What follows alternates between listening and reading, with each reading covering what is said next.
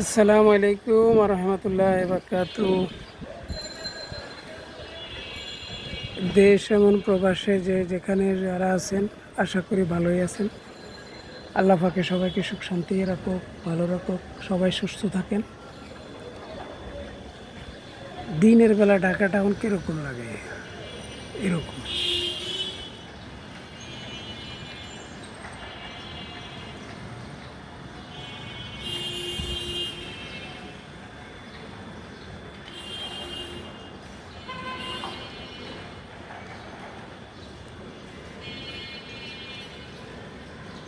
রাত্রে একটু দেখতে ভালো লাগে, তো লাইট থাকে তো এই জন্য।